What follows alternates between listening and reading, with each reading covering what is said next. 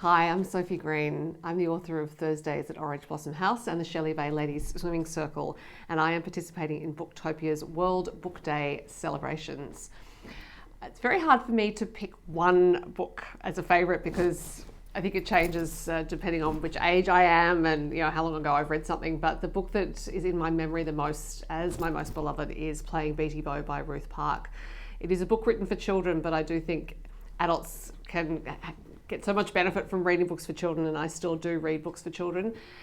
Playing Beatty Bow is a time travel story set in Sydney in the 20th and in the 19th centuries, and involves a teenager called Abigail and a girl called Beatty Bow who lives in the rocks during the colonial era, and Abigail only gets to meet her because of that time slip. I think it taught me that Sydney could be a wonderful location for a story, and as a child who read a lot of books that were set elsewhere, really made me fall in love with my own city. I'm a lifelong Sydney-sider, and to this day I'll still walk around the rocks and look for Beatty Bow on Harrington Street, which is where a lot of the story is set. So if you haven't read it, even if you're an adult, I really think Ruth Park's work in general is wonderful to read, and Playing Beatty Bow is so special.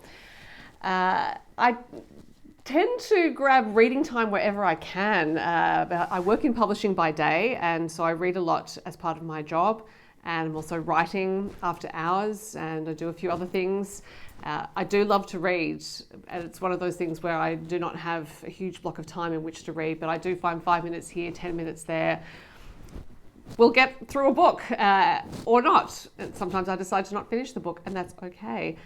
Often read just before I go to sleep, possibly because I find reading relaxing. If I'm reading not just before I fall asleep, I'm usually reading in my sitting room, or I'm reading on a balcony if the weather is nice and the light is right. But really, I just snatch it wherever I can, and it feels like a treat every single time, I have to say.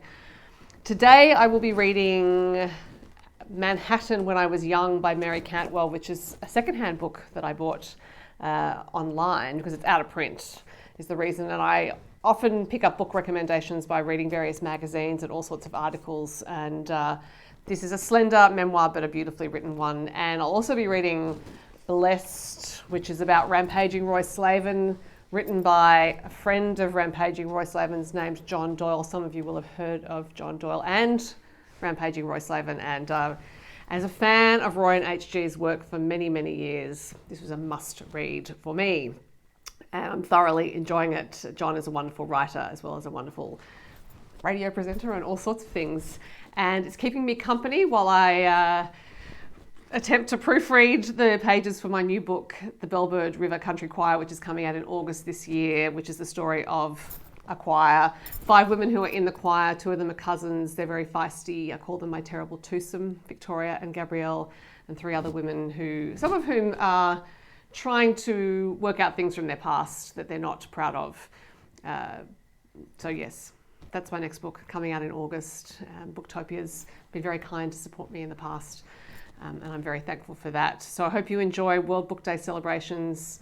Remember, if you don't have a lot of time to read, you don't need a lot of time to read. 5 minutes here or there will just be a little treat for you. Happy reading.